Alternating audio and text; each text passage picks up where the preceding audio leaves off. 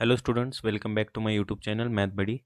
So as you know, here I have started the practice example series for the 11th standard, and this is the question from the chapter 2, relation and function. So the simple question is given, the function is defined here, uh, the relation is defined on n cross n such that R is equal to collection of all those elements a b such that a and b belongs to set of natural number and a is equal to b square. Okay, so are the following statements are true or not, that we have to uh, find and justify. So first one, a comma a belongs to that relation R for all a in n. So we can clearly say that it is not true because this is false. To satisfy this must be a is equal to a square itself. So this implies s minus a square is equal to 0. This implies a must be equal to 0 or a is equal to 1. That are only two possibilities here. But this is asking for all, for all natural number,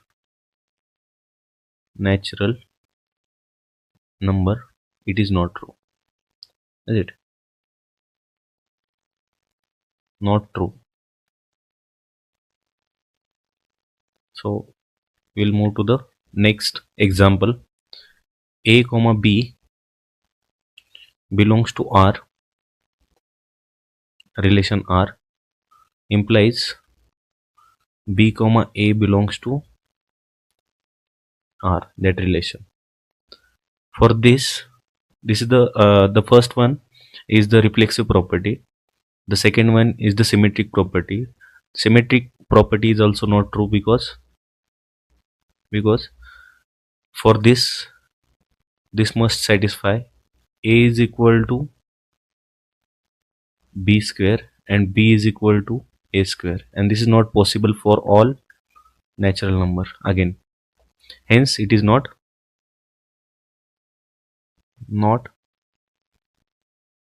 true. Then we will move to the next, third. This is the transitive property. A comma b belongs to that relation R, comma b comma c belongs to that relation R, implies that a comma c belongs to that relation R. For this, a is equal to b square for the first pair. If it's satisfy this condition, then this a comma b pair will belongs to the relation. Then b is equal to c square for this pair, but for a is equal to c square, it is not true for all natural number again, because a is equal to b square does not implies this a is equal to c square, even though b is equal to c square, but it is not true for all natural number,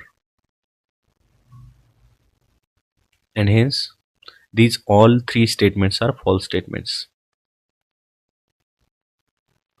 All statements are false.